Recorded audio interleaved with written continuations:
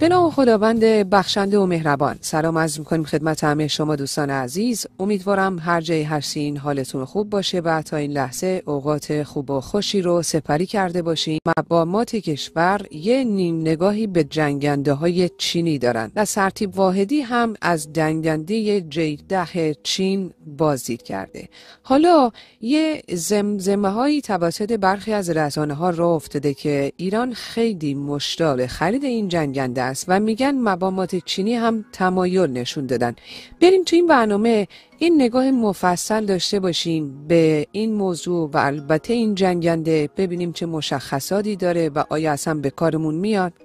این جنگنده که به طور رسمی به نام اژدهای قدرتمند هم شناخته میشه، یکی از جنگنده‌های چند منظوره نسل 4 نیروی هوایی چین هست که توسط شرکت هوافضای چنگدو توسعه یافته.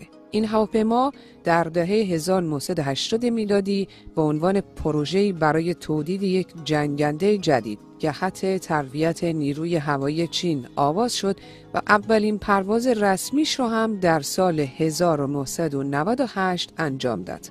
جنگنده J-10 که اکنون به صورت فعال در خدمت نیروی هوایی ارتش آزادی بخش خلال چین هست، به عنوان یکی از مهمترین سلاح‌های هوایی چین در منطقه آسیا پاسیفیک به شمار میاد و نقشی استراتژیک در حفاظت از حریم هوایی چین و افزایش توان بازدارندگی نظامی این کشور داره.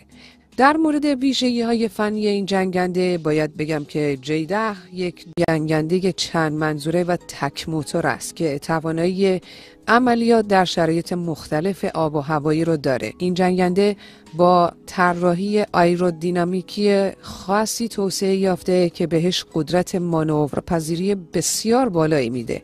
طراحی این جنگنده شامل استفاده از بالهایی به شکل دلتا یا همون مثلثی و کاناردهایی در جلوی هواپیما هست که کنترل بیشتر و ثبات در مانورهای سخت رو فراهم میکنه.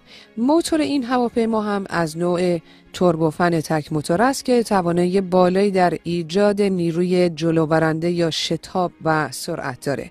همچنان این جنگنده مجهز به رادارهای پیشرفته‌ایه که توانایی شناسایی و تعقیب اهداف در بردهای طولانی و در شرایط آب و هوایی مختلف را داره.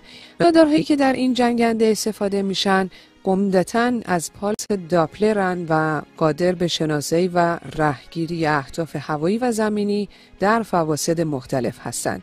این رادارها قابلیت تقریب همزمان چندین هدف و هدایت تسلیحات به سمت اونها رو دارن. همچنین J-10 سیستم‌های اویونیک پیشرفته مجهز شده که شامل سیستم‌های ناوبری پیشرفته، سامانه‌های جنگ الکترونیک و صفحه نمایش دیجیتال هست که به خلبان کمک میکنه تا به راحتی اطلاعات مورد نیازش رو دریافت و البته پردازش کنه.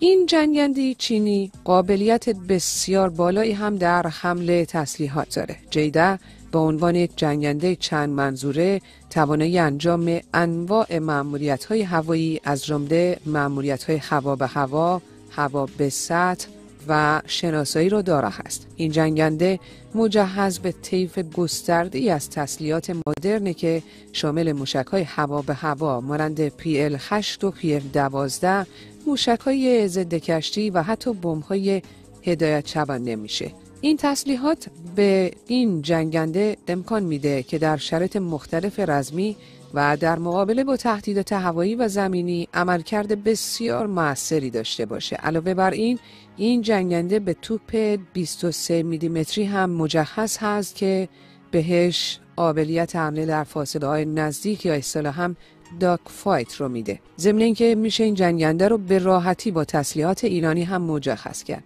در حال حاضر چندین مدل از جنگنده J-10 توسعه یافتن که هر کدوم از ویژگی‌های مختلفی برخوردارن و قابلیت‌های منحصر به فردی رو برای عملیات‌های مختلف فراهم می‌کنن.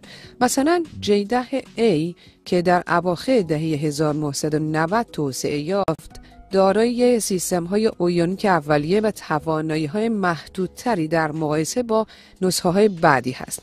J-10B اما با بهبودهای متعددی در این سیستم رادار و پیشران عرضه شد. J10B همچنین دارای ویژگی‌های رادارگریزی بیشتری نسبت به J10A هست و مجهز به رادار AECA شده.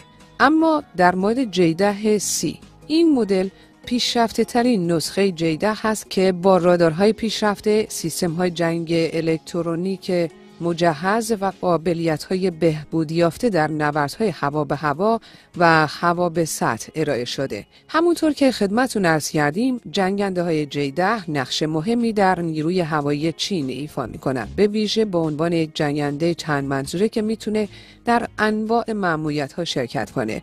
چین با توجه به افزایش تنش‌ها در منطقه آسیا پاسیفیک و رقابت با قدرت‌های منطقه‌ای نظیر هند و ژاپن نیاز به هواپیماهایی با توانایی‌های پیشرفته و قابل اعتماد داره.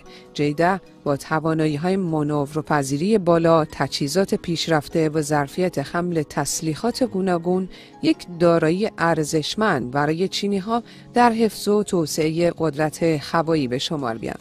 در سال‌های اخیر چین به دنبال فروش و صادرات جنگنده J10 به کشورهای دیگر هم بود. پاکستان یکی از کشورهای علاقه‌مند به این جنگنده هست و مذاکراتی هم در زمینه خرید J10 صورت گرفته. صادرات J10 میتونه به چین کمک کنه تا بازار هواپیماهای جنگنده رو به خودش جذب کنه و از نظر اقتصادی و نفوذ سیاسی در منطقه هم مزیت‌هایی به دست بیاره. اما سوال اصلی اینه که این جنگنده میتونه جایگزین موفقی برای ناوگان قدیمی آمریکایی ایران باشه؟ امیر سطیب واحدی فرمانده نیروی هوایی ارتش در نمایشگاه نظامی چین سوار این جنگنده شد که برخی به توجه ایران برای خرید این جنگنده تعبیرش کردند. هواپیمای چنگدو J10 شباهت بسیار زیادی به جنگنده‌های آی لاوی ساخت کشور اسرائیل داره.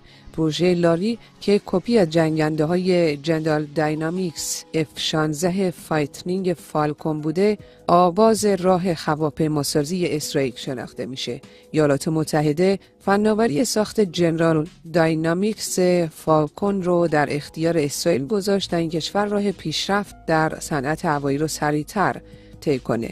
مجله جینز بریتانیا ادعا کرد که توسعه و تولید جنگنده چنگدو به دست کارشناسان چینی حاصل دانش فنی مربوط به پروژه لاوی بوده. کار M2075 به چین رو هم به کلی لغو کنه، چون این آوارت کاملا طراحی شده در ایالات متحده بود برای مونتاژ اسرائیل. با تمام اینها باید منتظر بمونیم و ببینیم مقامات کشور در این زمینه چه نظری دارن.